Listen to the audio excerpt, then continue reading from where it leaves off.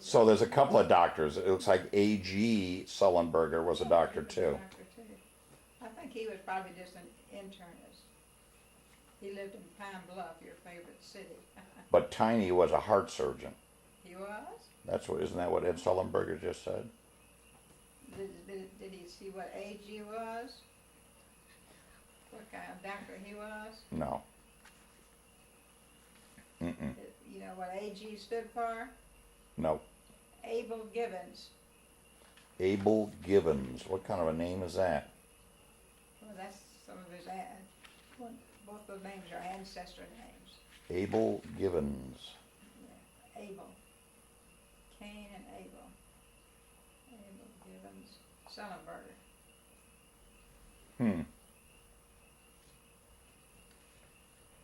Yeah, reading this like this is from Dr. Noseworthy. Haven't you like that? Dr. Noseworthy. Worthy of your knuckles. He's a nose doctor.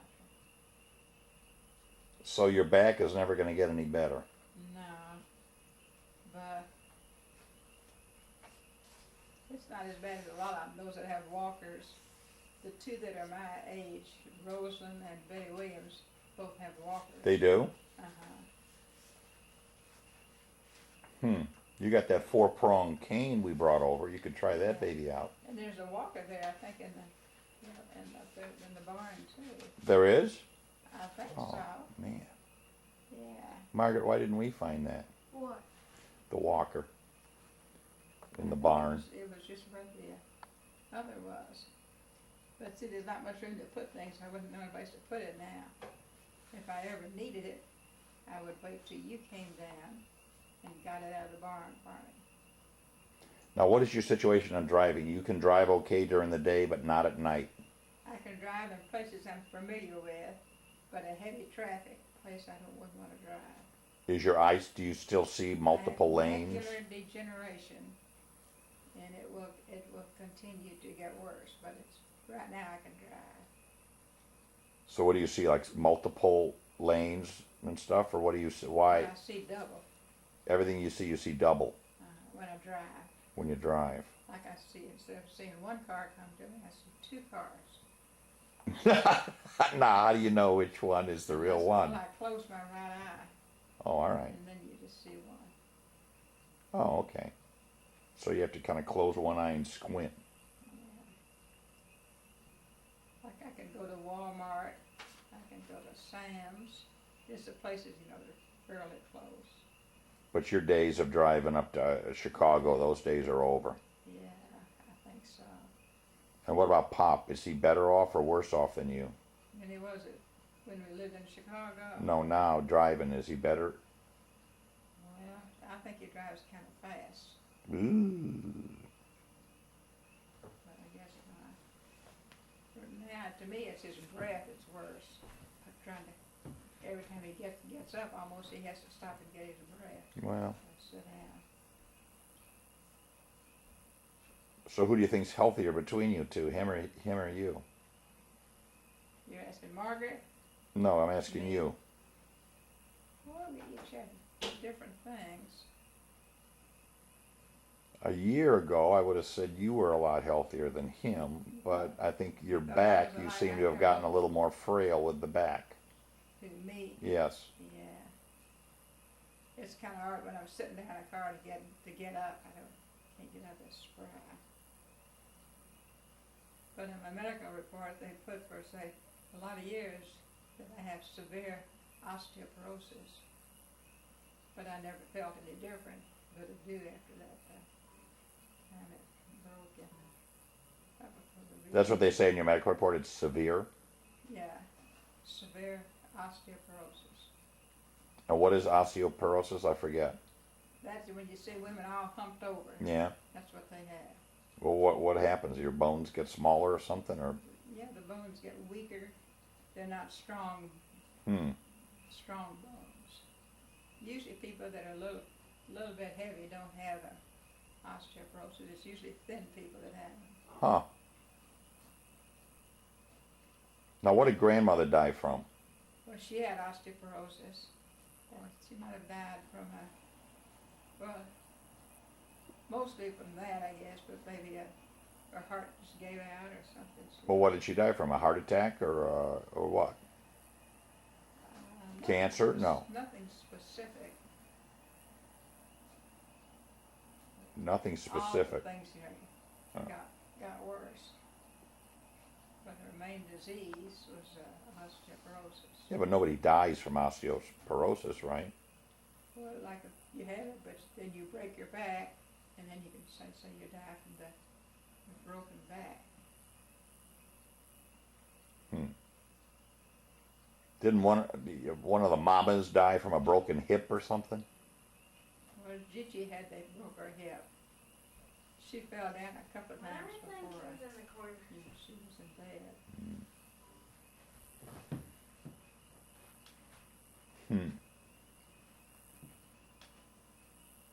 So you'll be around at least another 10 to 15 years.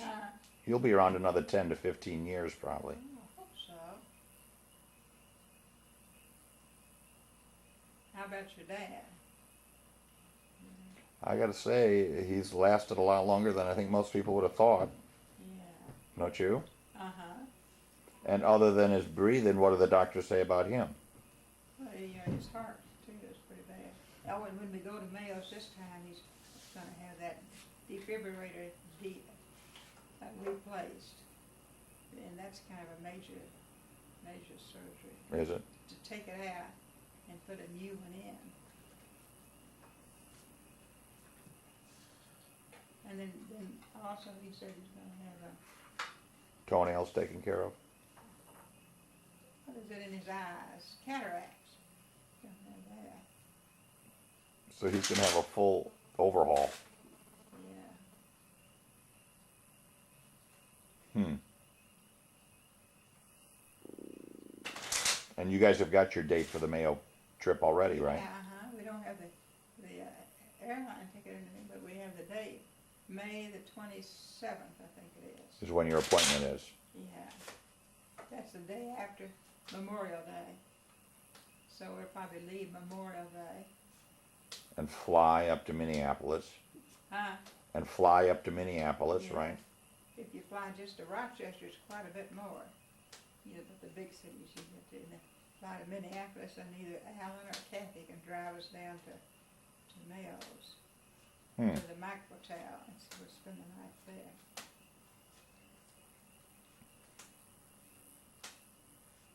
I think, and I think you probably need to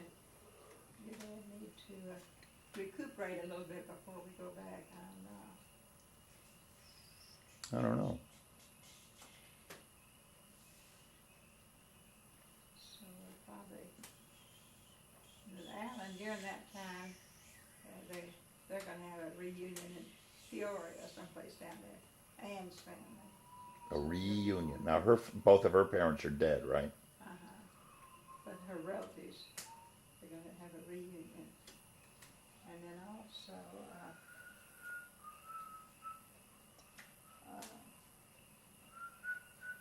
Angela be coming too, near the end of the stay. I guess to see her, he said we'd have to stay a little bit longer, coming from Australia for her break.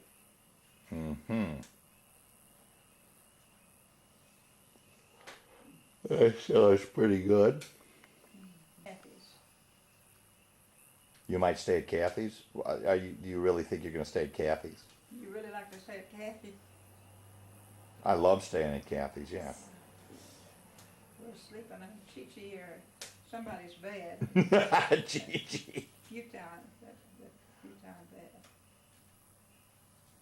I think I slept at Kathy's house one time, and it was not pleasant.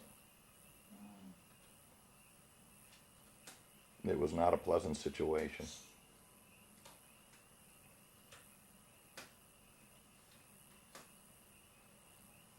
What do you think about the sis? What's ever going to happen with her? Well, she seems better a whole lot, and then she won't be. Just don't kid her and don't fuss at her, and she'll be better.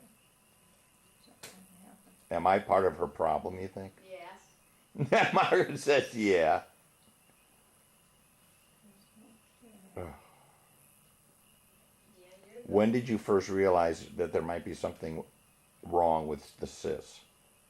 I didn't realize in high school, and then when she was going to school. She realized it when you bothered her. No. What is it? No, when did you realize there was something wrong with the cyst? Well, probably when she went to the University of Illinois, and she came back from there. Why? What changed? What tipped you off? Well, she seemed kind of, or she didn't talk hardly any, or she seemed like she might want to argue about things, but she usually didn't talk anyway. She seemed distant and aloof. But in high school, she was pretty You nice. give me an assignment, I carry it out. Oh, read it to us. Read it to us. Oh boy. City of Pontiac, Michigan. Was Is she that the leaving assignment some from the stuff Time out? magazine? No, it's the court order and the appeal of a case where the plaintiff was suing the Pontiac Hospital in Pontiac, Michigan, because one of their physicians, one Neil Sullenberger, performed surgery on the plaintiff, and in the process sewed him up with a sponge left in there, and required that he perform another surgery to get the sponge out. And the appeal was dismissed, and that the hospital was not liable. Was not allowed, Was not liable. so who had to pay? This was performed on the plaintiff by Dr. Sullenberger, as a consequence of which a sponge used in the course of the operation was left in the abdominal cavity of the patient, and the incision having been sutured, a second operation was needed to remove the sponge. Holy moly. Never can I see it. Was that right? Nowadays, 75,000 a year. Vicky says when they do surgery, everything is counted. They do an inventory. They do an inventory before the surgery and after the surgery, and everything is counted. They still make mistakes. Yeah. Well, who Wow. was sued? Was he sued? Huh? Was he sued? Yeah, well, he was sued, and I'm not sure what happened in that case. I think it got dismissed. But then this suit was a suit against the hospital, So people, for which he worked. so people wouldn't want to go to that hospital then. Or people wouldn't want to have him for a doctor. I would assume do you think his medical career was over then? I suspect so. Every- I copied the first part of that and put it on his ancestral file. So it's now permanently tied to him. It's permanently tied to him. Why'd you do that part? So the next time Bill asks about it, we'll have it. Yeah, but other people might see it too. Well, Who actually is going to care? You. So, and I've already seen it. I thought I remembered it was a sponge.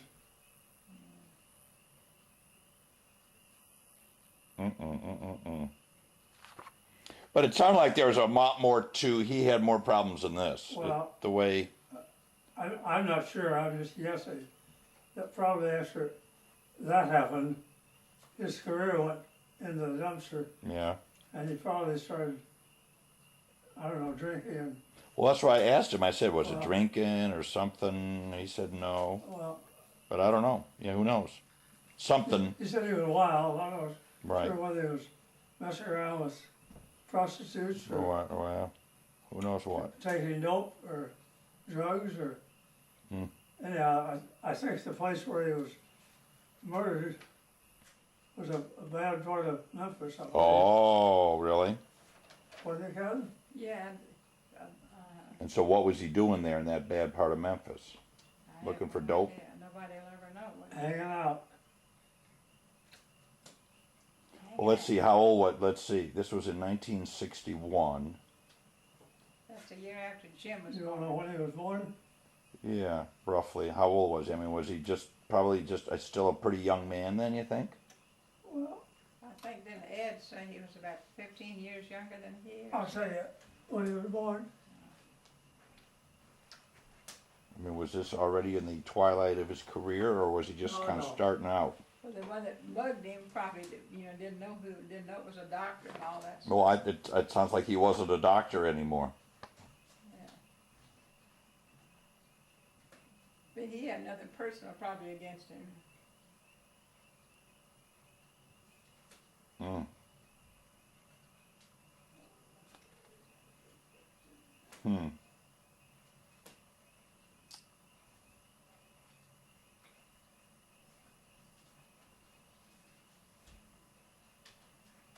he was born on November 28th of 1915. 1915, so 61, 51, so he was 46 when this happened. So he was a young man. He was pretty young.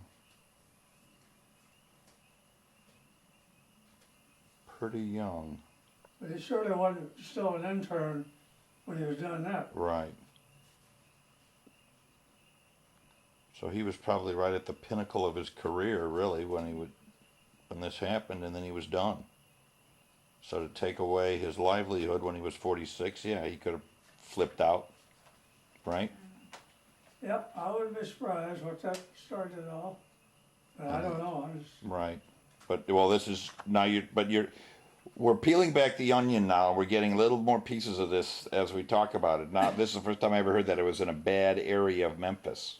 well, And Mom knew that, and she was withholding that she was holding information. that. She was withholding that information. So that must mean that She just wasn't knows volunteering. it all. That means there's probably more that she knows. Wasn't exactly withholding it. She just didn't volunteer it. Nobody asked me. Nobody asked me. Weren't you asking her a lot? Yeah, I was asking her to reveal anything she knew, and she clammed up. That's Nobody too asked. general a question. Be more specific. Now, what about A.G. Sullenberger? Did he never got in any trouble, huh? Was he? No, I think he was a respected doctor. Lived in Pine Bluff all his life, I believe. Well, he grew up in Camden, and after he graduated from Well, medical school, he lived in It Pine says Bluff. it's, Tiny was born in Pine Bluff. Well, at that time, see, he was older. AG was older.